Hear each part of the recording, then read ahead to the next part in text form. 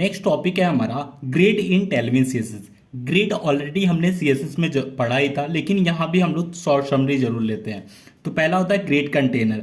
जैसे कि जो भी हमारा आउटर ग्रिड रहेगा जहाँ हमें कंटेनर बनाना है ग्रिड को, उसको हम लोग क्या करेंगे, क्लास दे देंगे ग्रिड, तो वो ऑटोमेटिक ग्रिड कंटेनर बन जाएगा। तो इस चीज़ को हम लोग क्या करते हैं, एक बार कोड करके देख लेते हैं। अब हम आगे अपने वीएस कोड पे। यहाँ हमारा टेल्विन सीएसएस का लास्ट लेक्चर जो कि था हमारा फ्लेक्स बॉक्स, तो वो हमने किया था। तो इसको सबसे पहले हम लोग हटा देते हैं। फिर उसके बाद हम लोग क्या करेंगे, एक डिव क्रिएट कर लेते हैं और इसके अंदर हम लोग क्या करेंगे, 5 और डिव क्रिएट कर लेते हैं। ठीक है। और मैं क्या करता हूँ, इसका मैं दे देता हूँ अभी से ही, मैं header, side bar, main, content और क्या ले लेता हूँ, फुटर ले लेता हूँ।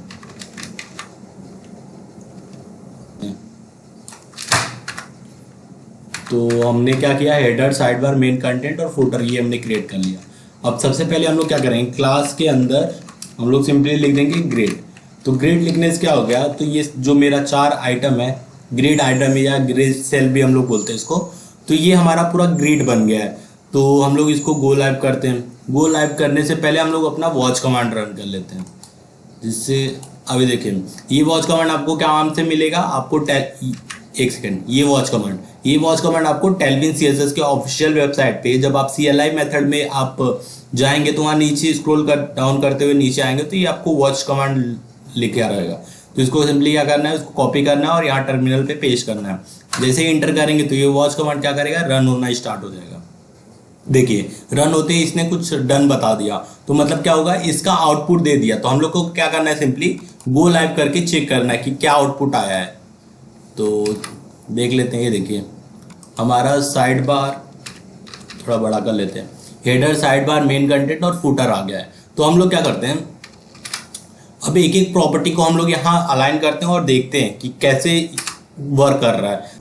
तो पहला प्रॉपर्टी था ग्रिड कंटेनर, तो हमने क्या किया, एक बार आउटर डिव पे हमने एक ग्रिड कंटेनर बना दिया।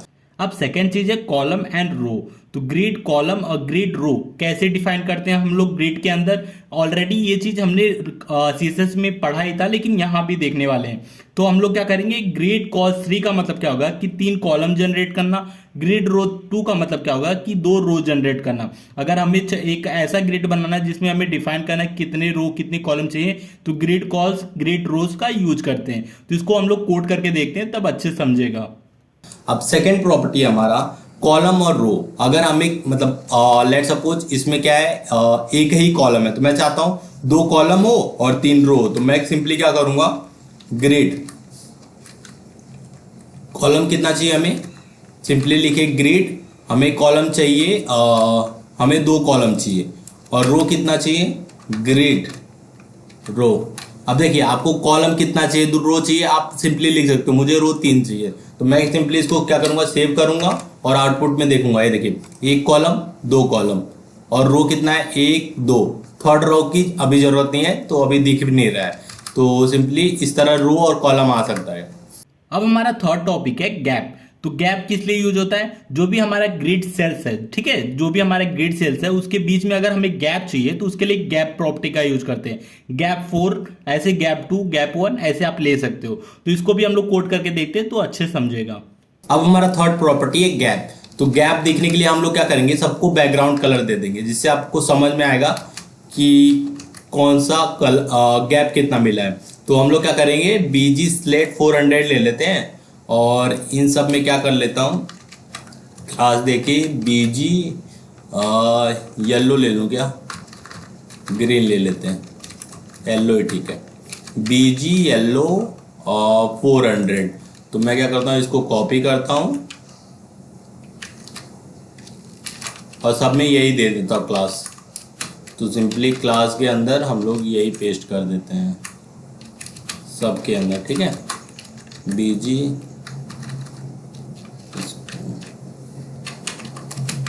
क्लास, इसको करते हैं सेव। तो अभी देखिए, ये देखिए हमारे यहाँ दिख रहा है, एक और रो था वो दिख नहीं रहा था, तो अब दिख रहा है। अब हम लोग को क्या करना है कि इसको गैप देना है, जिससे कि हेडर और साइड बार में थोड़ा सा गैप आ जाए। तो इसके लिए हमें क्या करना है, ऊपर ही लिख देते हैं गैप। कितना गैप चाहिए आपको, एक का मतलब क्या हो गया, एक का मतलब हो गया 4 पिक्सल, तो एक 4 पिक्सल का देख लेते हैं एक बार। तो देखिए 4 पिक्सल का इसको गैप मिल गया। फोर्थ है हमारा col span and row span. अगर आप चाहते हो किसी, जैसे कि हेडर है, तो हेडर हमारा जितना विड्थ, जितना कॉलम होंगे सभी कॉलम का विड्थ ले। जैसे कि 4 हेडर है और सॉरी 4 कॉलम है, तो आप चाहते हो कि पहले कॉलम से लेके चौथे कॉलम सभी का कॉल मतलब जो हेडर है वो सारा कॉलम ले, तो उसके लिए हम लोग कॉल स्पैन का यूज करते हैं। तो ऐसे ही रो स्पैन भी कर सकते हैं। तो इन दोनों को हम लोग जब कोडिंग से करेंगे तब आपको समझेगा कि कॉल स्पैन और रो स्पैन कैसे वर्क करता है। और इसके लिए सिंपली है कॉल स्पैन, और जितना आपको कॉलम चाहिए वो लिखिए, 1 2 जितना चाहिए आप वो लिख दीजिए। ऐसे रो स्पैन का भी आप लिख सकते हो। तो इन दोनों को हम लोग क्या करते हैं, एक बार कोड करके देखते हैं, तब अच्छे समझेगा आपको। अब हमारा नेक्स्ट प्रॉपर्टी है कॉल स्पैन और रो स्पैन। मैं क्या चाहता हूं, जो हमारा हेडर है, देखिए 2 कॉलम है ना, तो मैं हेडर क्या चाहता हूं, मेरा स्पैन होके 2 कॉलम की जगह ले ले हेडर। तो मैं सिंपली क्या करूंगा, अपने हेडर वाले सेक्शन में जाऊंगा और यहां लिखूंगा कॉल स्पैन 2, मतलब 2 कॉलम की जगह ले लो। तो ये देखिए जो हमारा हेडर है उसने क्या किया, 2 कॉलम की जगह ले लिया। अब मैं क्या चाहता हूं कि जो मेरा साइड बार है वो 2 रो की जगह ले ले। जैसे कॉल स्पैन मतलब बढ़ गया, तो कॉलम मेरा बढ़ गया, तो वैसे रो भी बढ़ जाएगा। तो रो स्पैन 2 चाहिए मुझे, मतलब साइड बार को भी बढ़ाना है मुझे। तो मैं सिंपली क्या जाऊंगा, साइड बार में जाऊंगा और यहाँ क्या करूंगा, एक सेकेंड, मैं यहाँ रो स्पैन 2 कर दूंगा, जिससे क्या हो जाएगा, जो मेरा रो रहेगा वो भी बढ़ जाएगा। अब मैं क्या चाहता हूँ, एक और रो बढ़ा लेता हूँ। तो मैं इधर 4 रो कर देता हूँ, इसको सेव करता हूँ। तो देखिए एक रो और बढ़ गया। अब मैं क्या चाहता हूँ कि जो मेरा मेन कंटेंट है वो पूरा स्पेस ले, मेन कंटेंट भी साइड बार की तरफ पूरा ले। तो मैं क्या करूंगा, यहां भी लिख दूंगा मेन कंटेंट में भी रो स्पैन 2। तो ये देखिए मेन कंटेंट में भी ले रहा है। और जो मेरा फूटर है इसको हम लोग क्या देता हूँ, कॉलम स्पैन 2 दे देते हैं। तो फूटर को कर देते हैं कॉल स्पैन 2, 2 कॉलम की जगह ले ले। तो ये देखिए अभी आप इसको अलग अलग कलर दोगे तो काफी अच्छा लगेगा। ये मतलब बेसिक लेआउट है। ऐसे ही बहुत सारा आप वेबसाइट देखोगे जहां इस तरह का लेआउट रहता है। यहाँ हमारा टॉप पे हेडर रहता है, बॉटम में फुटर रहता है, लेफ्ट में हमारा साइड बार और कुछ राइट में हमारा मेन कंटेंट होता है। तो ये तो बेसिक लेआउट था, मैंने बस वो थोड़ा सा एक्स्ट्रा डाल के बस दिखाने के लिए आपको किया। Justifying and aligning item. अगर जस्टिफाई जैसे कि हमने फ्लेक्स बॉक्स में अच्छे से पढ़ा था, और सीएसएस में भी हमने जस्टिफाई वगैरह पढ़ चुका है, अलाइन आइटम भी पढ़ चुके हैं। तो जस्टिफाई आइटम सेंटर, अगर हम लोग को चाहते हो कि अगर सारे के जो भी ग्रिड सेल्स के आइटम है वो सेंटर में आ जाए, तो जस्टिफाई आइटम सेंटर लिखते हैं। अगर ये वर्क नहीं करता है तो हम लोग जस्टिफाई सेल्फ सेंटर भी लिखते हैं। ठीक है, जस्टिफाई सेल्फ राइट भी लिख सकते हैं, जस्टिफाई सेल्फ लेफ्ट भी कर सकते हैं ऐसे। तो अगर ऐसे अलाइन आइटम का भी अलाइन सेल्फ आइटम कर सकते हैं। ठीक है, सेल्फ सेंटर, सेल्फ राइट, ऐसे हम लोग प्रॉपर्टी का यूज कर सकते हो अगर ये काम नहीं कर रहा है तो ये प्रॉपर्टी है जस्टिफाइंग और अलाइन आइटम का। तो इसको हम लोग क्या करते हैं, एक बार VS कोड में रन करके देख लेते हैं। अब हमारा नेक्स्ट प्रॉपर्टी है जस्टिफाई और अलाइन आइटम। तो जस्टिफाई हमने फ्लेक्स बॉक्स में यूज ही किया था, तो सेम वही प्रॉपर्टी यहाँ भी काम करता है। तो मैं क्या चाहता हूँ कि जो मेरा हेडर है, ठीक है, हेडर क्या करे, एकदम सेंटर में आ जाए। तो मैं क्या करूंगा, जस्टिफाई सेंटर कर दूंगा। तो इससे क्या, सॉरी जस्टिफाई आइटम सेंटर करूंगा, तो इससे क्या होगा, मेरा जो आइटम है वो सेंटर में आ जाएगा। तो मैं हेडर को लिखता हूं justify item centre, sorry stretch लिख दिया हूं, सेंटर करना है। ठीक है, इसको सेव करते हैं, तो इसको रिफ्रेश करते हैं। आ नहीं रहा है शायद, मेरा जो जस्टिफाई वाला चीज है वो फ्लेक्स बॉक्स पे काम करता है। तो कोई नहीं, इसी की तरह एक और प्रॉपर्टी है जस्टिफाई सेल्फ। अगर जिसका काम नहीं कर रहा होगा, जस्टिफाई सेल्फ सेंटर कर दोगे तो भी शायद काम कर देगा। ये देखिए मेरा जो भी आइटम था वो क्या गया, सेंटर में आ गया। अभी यहाँ था लेकिन यहाँ आ गया।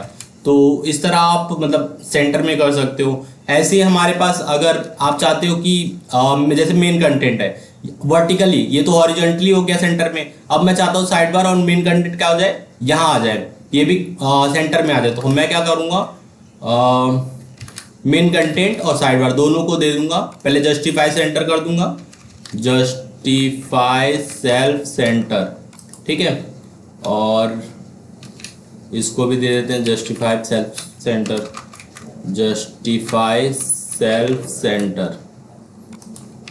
तो ये क्या हो जाएगा, सब सेंटर में आ जाएगा। और मैं क्या चाहता हूँ कि जो साइड बार है वो वर्टिकली भी हो जाए, तो वर्टिकली के लिए क्या करूँगा, सेल्फ सेंटर। तो सेल्फ सेंटर से क्या होता है कि वर्टिकली भी, ये देखिए किसको दिए थे हम लोग, और साइड बार को दिए थे, ये देखिए वर्टिकली भी सेंटर में आ गया। और इसको देखिए थोड़ा ऊपर है, तो मेन को भी सेंटर में कर देता हूँ। या एक काम करते हैं, जस्टिफाई को हटा देते हैं, जिससे शायद आपको समझ में आए।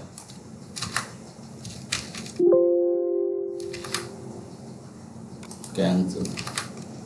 तो ये देखिए हमारा जो है ये सेल्फ सेंटर वर्टिकली सेंटर में है और यहाँ नहीं सेंटर में है। तो मेन कंटेंट देखिए, मेन कंटेंट अभी सेंटर में नहीं आया वर्टिकली, तो हम लोग क्या करेंगे, इसको भी सेंटर में करेंगे। तो इसके लिए क्या प्रॉपर्टी है, सेल्फ सेंटर। सेल्फ सेंटर आप लिखिए, सेल्फ स्टार्ट से सेल्फ एंड ये सब भी लिख सकते हो। ये देखिए दोनों हमारे वर्टिकली भी सेंटर हो गए, हॉरिजॉन्टली अभी दिए नहीं है तो हॉरिजॉन्टली भी सेंटर कर सकते हैं। मैंने साइड बार को हॉरिजॉन्टली नहीं दिया, तो इसके लिए क्या होता है, जस्टिफाई सेल्फ सेंटर ऐसे दे सकते हो। तो ठीक है। 6th प्रॉपर्टी है हमारा प्लेसिंग आइटम। अगर हमें किसी आइटम को प्लेस करना है, जैसे कि अगर मैं चाहता हूं कि जो हेडर है कॉलम नंबर 1 से स्टार्ट हो कॉलम नंबर 3 तक, तो हम लोग इस तरह हम लोग प्लेसिंग आइटम का यूज करते हैं। ऐसे रो को भी अगर हम लोग चाहते कोई सेल है, उस सेल को मैं चाहता हूँ रो नंबर 1 से स्टार्ट हो और रो नंबर 5 तक चले, तो वो क्या हो जाएगा, एक्सपांड हो जाएगा। तो प्लेसिंग आइटम में हम लोग इस कॉल स्टार्ट 1 कॉल एंड 3 इस तरह का मतलब क्लासेस का यूज करते हैं। रो स्टार्ट 1 रो स्टार्ट 3 आप कितना भी ले सकते हो, 4 5 6 आपकी मर्जी है। तो इसको हम लोग VS कोड में रन करके देखते हैं, तब आपको अच्छे समझेगा। अब हमारा जो अगला प्रॉपर्टी है वो है प्लेसिंग आइटम। आइटम को प्लेस करने के लिए हम लोग क्या करते हैं, पहले इसको हटा देते हैं, इसको हटा देते हैं, इसको भी हटा देते हैं। अब सेव करते हैं, देखते हैं कैसा। ठीक है, ये हमारा बेसिक लेआउट है। तो अभी यही लेआउट मैं क्या चाहता हूं कि मैं प्लेसिंग आइटम से भी कर सकता हूं। प्लेसिंग आइटम कैसा होता है कि सेम इसी की तरह काम करता है वो भी। अगर जैसे कि मैं हेडर को हटा देता हूं, ठीक है, हेडर कहाँ है, ठीक है, ये हेडर है, मैं इसको हटा के मैं इसी चीज को मैं प्लेसिंग आइटम से करता हूं। तो उसके लिए क्या है, col start col end, row start row end. तो मुझे क्या करना है, कॉल को जैसे जो कॉलम है उसको मुझे बड़ा करना है। तो इसको सेव करके एक सेकेंड, हाँ ठीक है। तो जो देखिए जो हमारा हेडर है वो एक कॉलम की जगह ले रहा था, मैं क्या चाहता हूँ 2 कॉलम की जगह ले। तो इसके लिए क्या करूंगा, हेडर में जाऊंगा और यहाँ क्या लिखूंगा, कॉल स्टार्ट, एक सेकेंड, कॉल स्टार्ट 1 से लेके कॉल एंड 2, सॉरी 2 करेंगे तो एक सेकेंड मैं बताता हूँ। ये देखिए 1 2 3 3 कॉलम आपको स्टार्ट यहाँ से कॉलम गिना जाएगा। 1 लाइन की बात कर रहे हैं, कॉलम 1 कॉलम 2 कॉलम 3, तो मतलब आपको एक्सपांड करना है कॉलम 1 से लेके कॉलम 3 तक। अगर 2 करेंगे तो कितना, कुछ भी दिखेगा नहीं, देखिए कुछ भी नहीं हुआ। मैं रिफ्रेश भी कर दे रहा हूँ, कुछ नहीं हुआ। आपको क्या करना पड़ेगा, कॉलम 3 करना पड़ेगा, जिससे 2 कॉलम की जगह लेगा। अब देखिए हेडर हमारा 2 कॉलम की जगह ले रहा है। सेम इसी तरह आप ये कॉल स्पैन को हटा के यहाँ आप लिख सकते हो कॉल स्टार्ट 1 से लेके कॉल एंड 3। तो इससे क्या होगा, सेम चीज हम लोग क्या कर रहे हैं, इससे मतलब कॉल प्लेसिंग आइटम से भी कर रहे हैं, कॉल स्टार्ट एंड। अब सेम रो स्पैन जो है उसको भी देख लेते हैं। अब रो स्पैन को हटाते हैं साइड बार में और यहाँ क्या लिखते हैं, अब देखने से पहले देख लेते हैं। ये देखिए ऐसा कुछ दिख रहा है। तो अब हमें क्या करना है, रो स्टार्ट 1 से लेके रो स्टार्ट रो एंड हमें 3 चाहिए। तो देखिए कैसा हो रहा है, कुछ ज़्यादा अच्छा नहीं हो रहा है। तो रो हमें कितना चाहिए था, एक पहला रो ये हो गया, दूसरा ये हो गया, तीसरा मतलब 2 से 3 चाहिए था हमें।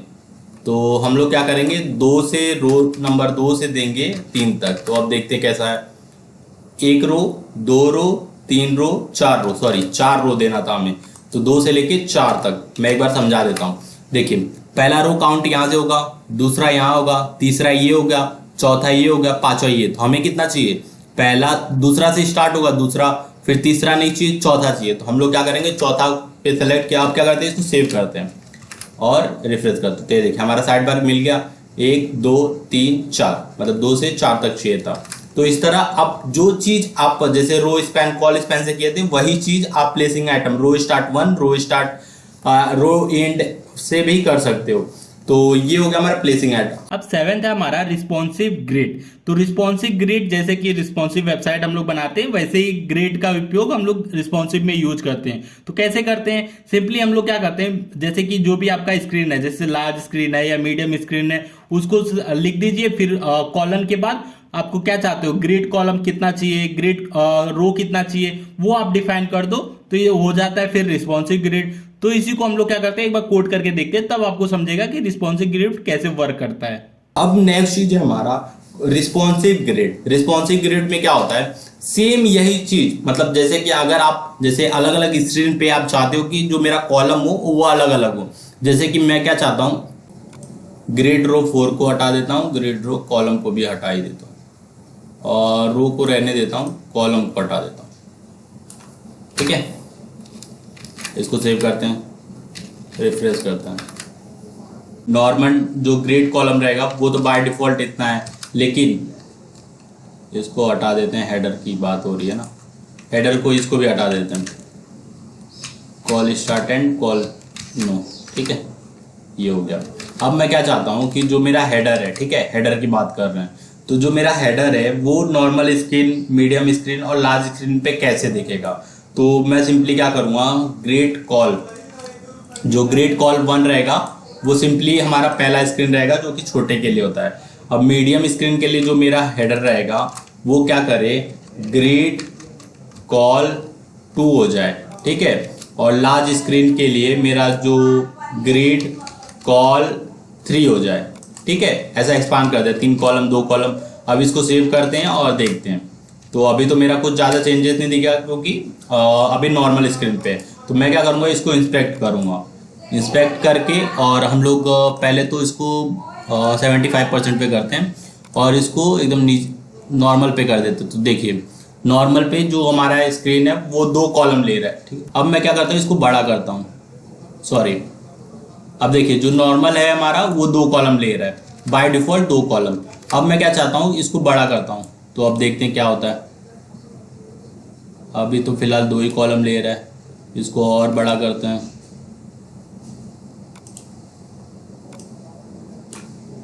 इसको 50% पे कर देते हैं। तो